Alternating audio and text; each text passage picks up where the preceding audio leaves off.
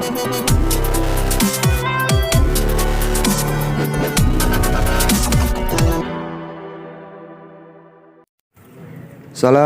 warahmatullahi wabarakatuh. Apa kabar kawan? Baik-baik saja kan? Ya, semoga kalian dalam keadaan sehat walafiat. Jumpa lagi dengan One House Fishing and Farming. Dan kali ini agak sedikit melenceng temanya dari nama channel saya, tapi masih tetap mengandalkan informasi yang informatif, menghibur dan bermanfaat. Oke, langsung saja kita ke tema. Apakah kalian tahu ini apa? Ya, betul, ini adalah sarang lebah madu. Tapi bukan sarang lebah madu yang warnanya kuning hitam itu ya. Ini adalah sarang lebah madu klanceng atau trigona atau stingless bee. Kali ini saya akan membahas seputar si klanceng atau si lebah klanceng. Ini adalah hasil liputan saya waktu kemarin lalu saya bermain ke tempatnya rumah teman saya, yaitu Pak Harto, yang bermukim di Desa Pule, Kecamatan Mayong, Kabupaten Jepara, Jawa Tengah. Mungkin ada di antara kalian yang membutuhkan madu klanceng asli murni. Silakan nanti bisa dihubungi, nomornya di deskripsi. Baik, langsung saja kita masuk ke tema utama. Apa itu lebah klanceng? Lebah klanceng adalah lebah yang tidak menyengat seperti lebah pada umumnya, dan dia mencari makan murni dari sari bunga atau nektar bunga.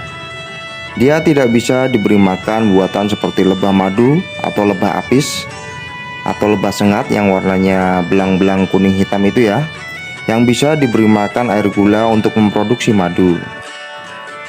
Macam-macam jenis lebah klanceng yang umum di Jawa bentuknya tuh paling kecil, hitam legam, dan ada yang agak besar, hampir seukuran lalat. Ini saya sambil panen madu, sambil menerangkan saja ya, lebih enaknya.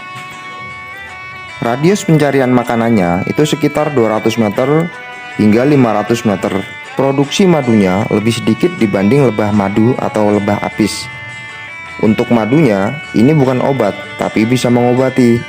Banyak kejadian dan cerita bagi orang yang mengkonsumsi rutin madu ini.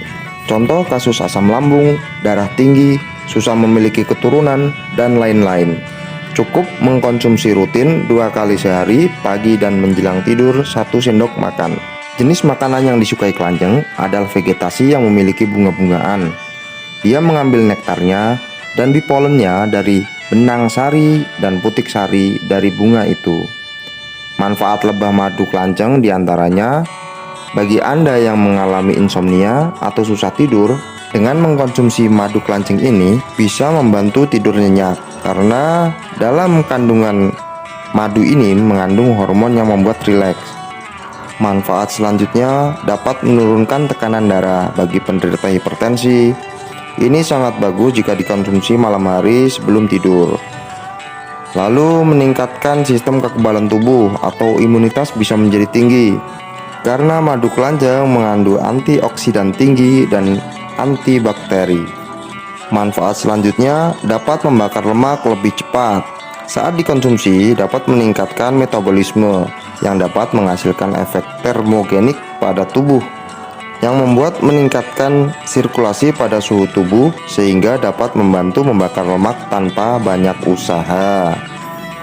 Selanjutnya, agar terhindar dari batuk ketika dikonsumsi rutin pada malam hari, 1 sendok makan madu dicampur dengan segelas air hangat bisa meminimalisasi iritasi pada tenggorokan.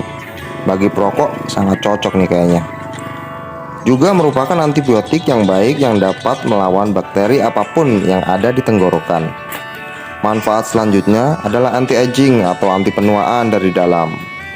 Kemudian selanjutnya, madu klanceng mengandung polifenol, yaitu bahan kimia organik yang membantu melawan depresi atau menjaga psikologis. Selanjutnya lagi, dapat meningkatkan kesuburan pria dan wanita. Kemudian mempercepat penyembuhan luka dan pasca operasi. Luar biasa banyak kan manfaatnya. Dan kenapa harga madu klanceng itu lebih mahal daripada harga madu lebah biasa?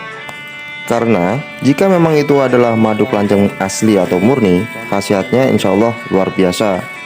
Dan yang kedua, produksi madu kelanceng itu hanya sedikit.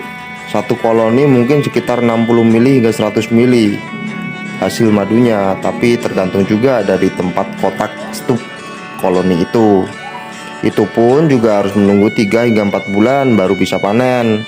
Dan itu pun juga tergantung dari vegetasi di sekitar sarang koloni sebagai sumber makanan lebah. Dan ini juga ada sedikit info yang saya kutip dari websitenya klikdokter.com. Apakah kalian pernah mendengar atau melihat iklan produk yang campurannya menggunakan royal jelly? Pernahkah juga melihat iklan produk kesehatan lainnya yang menggunakan bee pollen? Anda keliru jika selama ini semuanya dianggap madu biasa. Sebab antara madu, propolis, bee pollen, hingga royal jelly itu ternyata berbeda.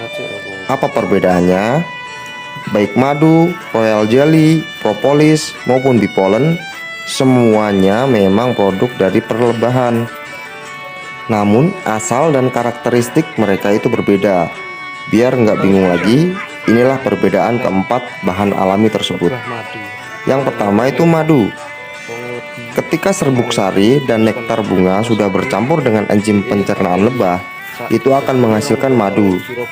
Kandungan madu terdiri atas antioksidan, karbohidrat, dan gula alami. Di antara banyaknya produk hasil lebah, madu yang paling populer dan lazim digunakan. Kemudian yang kedua, bee pollen. Lebah mengumpulkan serbuk sari dan nektar dari tanaman-tanaman yang mereka jumpai. Setelah serbuk sari terkumpul, lebah akan membawa ke sarang mereka. Itulah yang disebut dengan bee pollen. Bisa dibilang ini adalah produk sebelum lebah menghasilkan madu.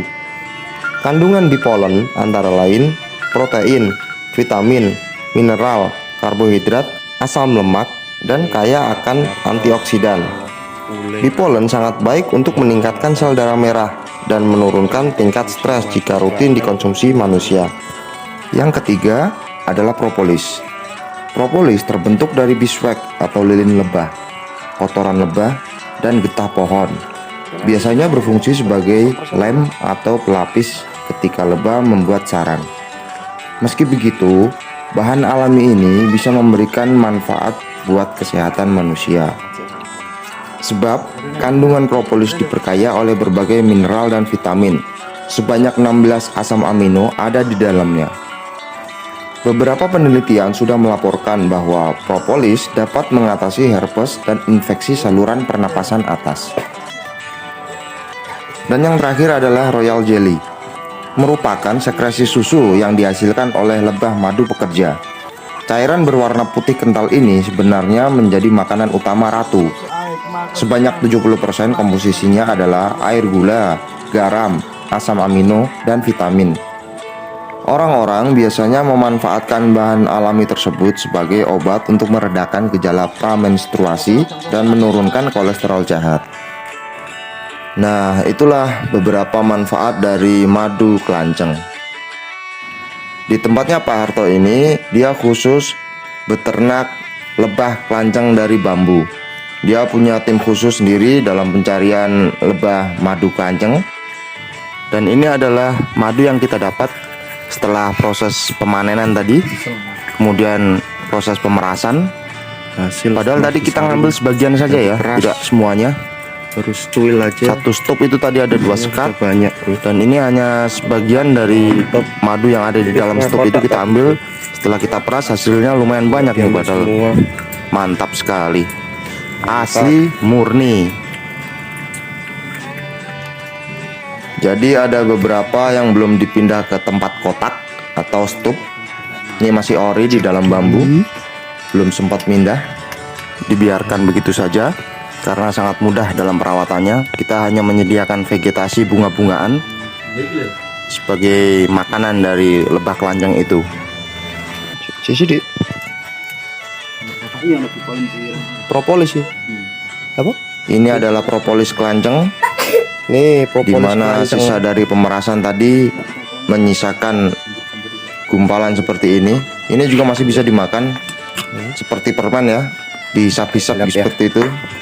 Rasanya tuh asam-asam manis, manis-manis asam. Bisa Dan manfaatnya juga lumayan banyak ini. Seperti yang saya sebutkan di awal tadi.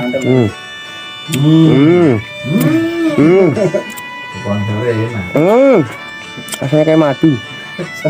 Biasanya direbus, dikasih agar-agar. Wah, enak kayak. Iya. Wow, langsung dihidangkan. Gimana rasanya? Mantap bos.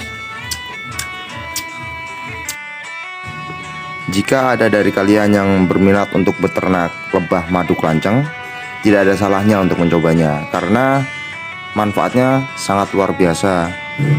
Dan untuk memulai beternak lebah madu kelanceng, yang perlu diperhatikan adalah vegetasi sebagai nutrisi atau makanan dari lebah madu itu sendiri. Di antara bunga-bungaan yang disukai oleh lebah madu kelanceng adalah santos, kalendra, bunga matahari, bunga akasia, bunga aren, bunga palem, bunga belimbing, bunga jambu air, bunga jambu batu, bunga jeruk, bunga kemangi, bunga bayam, bunga batavia, bunga kayu putih, rokot, mengkudu, pepaya, pisang, dan bunga air mata pengantin atau AMP. Itulah beberapa jenis bunga yang disukai oleh lebah madu kelanceng. Oke kawan, sekian dulu video dari saya karena saya juga ini sudah disiapkan makan siang oleh si empunya rumah. Semoga bermanfaat. Akhirul kalam, wassalamualaikum warahmatullahi wabarakatuh. Yuk, selamat makan.